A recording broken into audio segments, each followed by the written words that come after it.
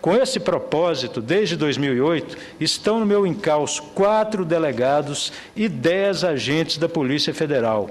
E tudo o que conseguiram em 250 mil horas de gravação foram frases soltas, editadas e montadas.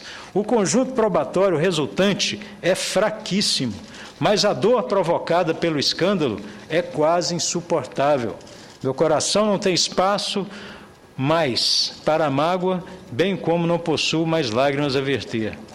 Uma das feridas mais profundas causadas pelo vazamento sistemático foi o isolamento. Compreendo as razões de alguns me evitarem, pois a sanha punitiva crava suas garras até sobre quem estende a mão para me cumprimentar. Os holofotes transformam em comparsa o colega educado que apenas chega a mim com urbanidade. O vazamento em gotas sobre minha fronte me legou a chaga contagiosa do apodrecido pela exposição, não pelos fatos. Tudo o que eu falava ao telefone, geralmente concordando para encurtar a ligação e me livrar logo do interlocutor insistente, é tido como conversa que pode me custar o mandato, ainda que nada tenha se realizado. Nada. Em virtude desses diálogos divulgados a conta-gotas, num bem-sucedido ardil, para minar a resistência dos que acreditam em mim, fui delineado como o vilão que tanto combati. O que impulsiona contra mim não é o teor das gravações, a maioria desconhecida até dos advogados. O que coloca a população contra o homem público são 3 providências tomadas pela Polícia e o Ministério Público Federais antes da divulgação: a edição, a montagem e a interpretação dos diálogos. Vou tratar disso em outro pronunciamento, mas adianto que aí se localiza a raiz das agressões. Se fosse pouco me impelir tamanho sofrimento, agora se tenta contra o mandato confiado a mim pelo povo de Goiás. Diante da evidente ilegalidade das provas, apela-se para o chavão de que o Judiciário vai cuidar do julgamento jurídico e o Legislativo se encarregará do julgamento político, como se algo que a Justiça haverá de anular fosse aceito por essa Casa com a única explicação de se atender à sanha de quem quer a derrocada de um de seus integrantes.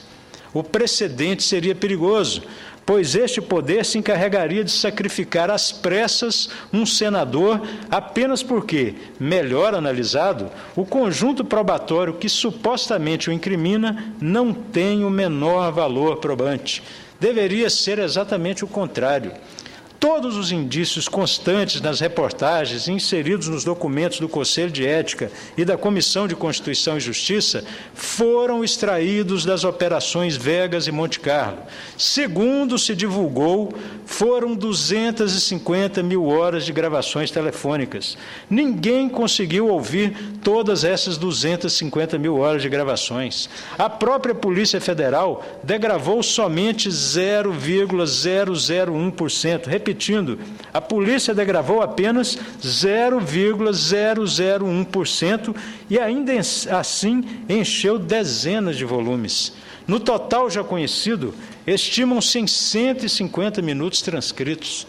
Como no meio dessa barafunda não há informações precisas, unicamente palpites, algumas fontes falam em 30 mil horas de escuta e não em 250 mil. Mesmo 130 mil, as inúmeras reportagens de rádio, jornal, revista, televisão e internet foram produzidas com base em 60 vezes menos de 0,5% do que a polícia gravou. 60 vezes menos de 0,5% em 30 mil horas, ou 0,001% em 250 mil horas. E por que isso? Porque a Polícia Federal selecionou para divulgação apenas os trechos que interessavam às denúncias, as partes que supostamente me incriminariam. Se nas demais 249.997 horas e meia de conversas gravadas, os diálogos contiveram tese de defesa dos investigados, a polícia não gastaria tanto tempo estrutura, propagando algo que levasse a inocentar quem ela ficou 4 anos tentando pintar como culpado. Das 250 mil horas de gravação, o relatório que embasa o pedido da cassação do meu mandato aproveita menos de 3 minutos de diálogo, ou seja, de 15 milhões de minutos gravados foram necessários 5 milhões de vezes menos tempo para fundamentar a perda do mandato de um senador. 180 segundos em meio a 15 milhões de minutos ao telefone. A ser correta a conta do delegado, de 416 conversas minhas com Cachoeira, 1% foi taxado de relevante. Nos 5 itens da representação, o considerado mais grave é também o mais falado, de acordo com o qual eu teria colocado o meu mandato a serviço de Cachoeira. Dentro dessa alegação, a parte mais lembrada é do Tipega. Dentro de 250 mil horas de gravação, pode ser cassado um mandato de 2 milhões de votos, mais de 2 milhões de votos, por causa de 6 letras, 3 sílabas, 2 palavras e uma interpretação. Se o texto, mesmo pequeno, tivesse significado prejuízo para o erário ou um ilícito qualquer, se poderia atribuir algum valor. Não é o caso. O Tipega é parte do contexto da pesquisa na internet de um projeto com trâmite no Congresso Nacional, cujo teor é aberto a quantos se dispuserem a entrar no site das 2 casas, parado de 2004 até hoje. Esse diálogo é de 2009. Tirar o mandato de um senador porque informa alguém sobre a proposição é desproporcional. É um precedente dos mais perigosos e assombrosos. A expressão Tipega ficou famosa e a explicação para ela permanece no anonimato. O que eu falei, ninguém deu repercussão no Conselho de Ética, mesmo tendo sido dada por mim em transmissão ao vivo na TV aberta e fechada, em portais e rádios.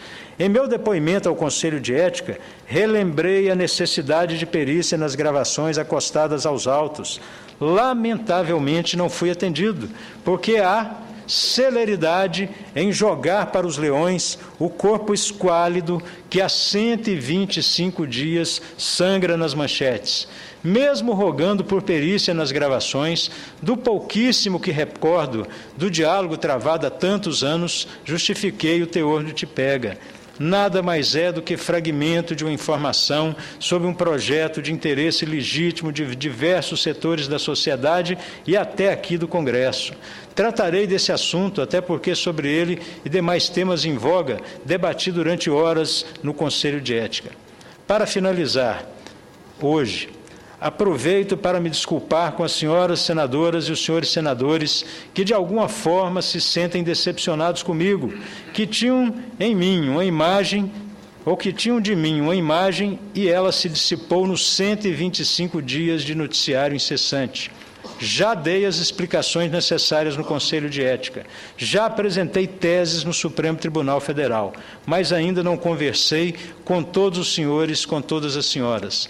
Não tive oportunidade de falar, e quando tive, fiquei com vergonha, não porque me faltasse argumento, mas porque me sobrava a memória dos bons momentos que tivemos aqui, mesmo nos embates. Peço perdão pelos constrangimentos que porventura causei, sobretudo aos que tiveram a gentileza de me apartear no mencionado discurso de 6 de março. Quem está aqui hoje é o mesmo homem daquele dia, envergonhado, abatido, deprimido, cansado, esgotado, mas que sente a injustiça lhe corroer o peito e é de peito aberto que volta aqui pedindo perdão pelos erros e compreensão para pedir que a justiça se torne irreparável, ou que a injustiça se torne reparável. Repito, mas que sente a injustiça lhe corroer o peito e é de peito aberto que volto aqui, pedindo perdão pelos erros e compreensão para impedir que a injustiça se torne irreparável. Eu peço desculpas, então, ao senhor senador Eduardo Suplicy. Me desculpe, senador Lobão Filho. Eu peço perdão para o senhor senador Luiz Henrique. Me perdoe também, senador Jabas Vasconcelos. Peço perdão também ao senador Pedro Simon. Eu me excuso também com o senhor presidente do Conselho de Ética, Antônio Carlos Valadares. Peço desculpas igualmente ao líder Eduardo Braga, peço perdão ao senhor senador Valdemir Moca, peço desculpas ao corregedor Vital do Rego Filho, também ao senador Cristóvão Buarque, peço desculpas ao senador Alfredo Nascimento, me desculpe, senador Romero Jucá, peço perdão ao senador Ciro Miranda, peço perdão à senadora Lúcia Vânia, peço perdão ao líder Álvaro Dias, peço desculpas ao líder Jaime Campos, peço desculpas ao líder Blairo Maggi, apresento as minhas escusas ao senador Pedro Taques, peço desculpas ao líder Inácio Arruda, peço desculpas ao senador Vicentinho Alves, me perdoe, senador Aécio Neves, peço perdão também ao senador Roberto Requião, peço perdão igualmente ao senador Mário Couto, peço perdão ao presidente Eunício Oliveira, peço perdão ao senador Rodrigo Hollenberg, peço perdão ao senador Cássio Cunha Lima, me desculpe, senador João Ribeiro, peço desculpas ao senador Benedito de Lira, peço desculpas também ao senador Cacildo Maldaner, apresento minhas escusas ao líder Randolfo Rodrigues, peço desculpas ao senador Mozarildo Cavalcante, peço desculpas ao senador Flecha Ribeiro, peço desculpas ao líder Francisco Dornelles, peço desculpas à senhora senadora Ana Amélia, peço desculpas ao senador Paulo Paim, peço desculpas ao senador Aloísio Nunes Ferreira, peço desculpas ao senador Jorge Viana, peço desculpas à senhora vice-presidente Marta Suplicy, peço perdão à senhora senadora Cátia Abreu, e perdoe, senador Ricardo Ferraço, peço perdão ao senador Armando Monteiro, peço perdão ao senador Antônio Russo, peço perdão ao líder José Agripino, peço perdão ao senador Ivo Cassol. Citei nominalmente os que me apartearam no mais recente discurso nessa casa, mas peço perdão igualmente a todos os demais senadores e senadoras. Agradeço pela atenção, rogo pela compreensão de vossas excelências e anuncio que vou continuar vindo à tribuna para apresentar os fatos na dimensão da verdade, não pelo viés que o achincalhe ininterrupto os impôs ao Brasil na tentativa de se criar clamor público. Estou ciente e seguro da injustiça das acusações. Hoje peço perdão por algum constrangimento ou decepção possivelmente causado. E o motivo é a desproporcional campanha difamatória que pode ter atingido de alguma forma e provocado o silêncio das vozes de apoio. A campanha foi tão ostensiva, tão cruel, que os senadores e senadoras podem realmente estar questionando e duvidando da minha honradez, o que por si só já me fere de morte. Mas o grito de indignação será dado agora mais forte e vigoroso do que nunca. Mantenho a certeza de que agora, nessa reta final, conseguirei mostrar a todos a injustiça e a impertinência das acusações. Assim, vossas excelências verão que os apartes daquele pronunciamento de 6 de março não foram em vão, não mais lhes causarão qualquer decepção ou constrangimento. Fora da precipitação empreendida pela mídia nesses meses de sofrimento, provarei que minha honradez e retidão são dignas daquele apoio recebido num momento tão difícil e em virtude do qual sou eternamente grato. Tenham a certeza, sou inocente. Muito obrigado, senhor presidente. Amanhã voltarei à tribuna. Obrigado a Vossa Excelência, obrigado a